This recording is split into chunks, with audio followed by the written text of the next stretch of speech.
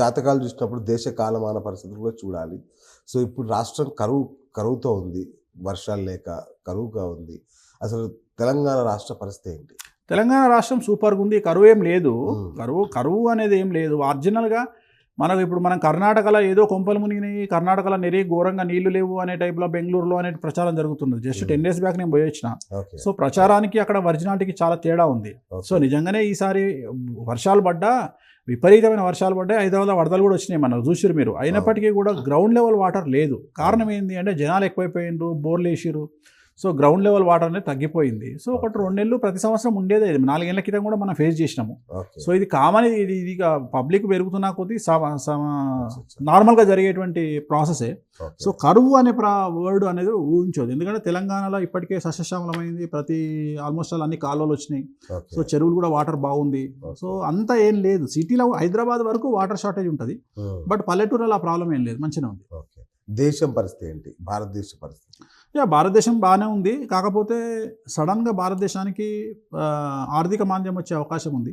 Maybe అది ఈ సంవత్సరం రావచ్చు, నెక్స్ట్ ఇయర్ రావచ్చు. సో ప్రిపేర్ అయ్యి ఉండాలి. సో అందుకనే విచ్చలవిడిగా డబ్బులు ఖర్చు పెట్టుకోకుండా కొద్దిగా జాగ్రత్త పడి లిక్విడ్ క్యాష్ దగ్గర పెట్టుకుంటే మాత్రం ఫ్యూచర్ బాగుంటుంది జనాలకు. సో లేకుంటే మాత్రం చాలా సమస్యల పాలయ్యే అవకాశం ఉంది. ఓకే. సో కర్ణాటకలో ప్రభుత్వం మారుతుందని మీరు ఒక 3 సంవత్సరాల క్రితం చెప్పారు. మీ శిష్యుడు ముఖ్యమంత్రి అవుతాడు అన్నారు. అదేమన్నా జరిగే అవకాశం? ఇప్పుడు ఎక్కడిది? నెక్స్ట్ ఇయర్ ఉంటుంది. ఇప్పుడు ఉండదు, నెక్స్ట్ ఇయర్ ఉంటుంది. ఇప్పుడు లేదు కదా, ఇంకా టైం ఉంది కదా. అంటే ఏదో ముసలం అని వింటున్నాను. ఏం ముసలం లేదు, ఏం లేదు, ఉండదు, ఏం లేదట. పదవి కోల్పోవడానికి ఎవరు సిద్ధంగా లేరు. అందరు బాగానే ఉంటుంది, ఏం ప్రాబ్లం ఏమి ఉండదు. ఇప్పుడంతలో పెద్ద సంచలనాలు ఉండేటువంటి అవకాశం ఏం లేదు. Okay, right. మీరు హ్యాపీగా ఉన్నారా గురుగారు? ఇదేం ప్రశ్న? అంటే కొంతకాలంగా కొంచెం ఇబ్బంది ఇబ్బంది నేను ఎప్పుడు పడను. ఎందుకంటే నేను ఎన్నుకున్నప్పుడే ఐ విల్ డిసైడెడ్ ఏంటంటే ఇవన్నీ ఉంటాయి. మనము పొలిటికల్ ఆస్ట్రాలజీ, సినిమా ఆస్ట్రాలజీ ఇవన్నీ చెప్పడంలో మనం అన్నిటికీ రోడ్డు మీద సంసారం పెట్టుకున్నట్టే కాబట్టి మనల్ని వేసుకోవడం ఒకటే గుర్తుపెట్టుకోండి. నేను ఎట్లాగైతే జనాల గురించి, సెలబ్రిటీల గురించి జాతకం చెప్పడానికి నాకు ఆర్టికల్ 19 ఇచ్చిందో హక్కు, నన్ను వేసుకోవడానికి జనాలకు కూడా ఆర్టికల్ 19 హక్కు ఇచ్చింది.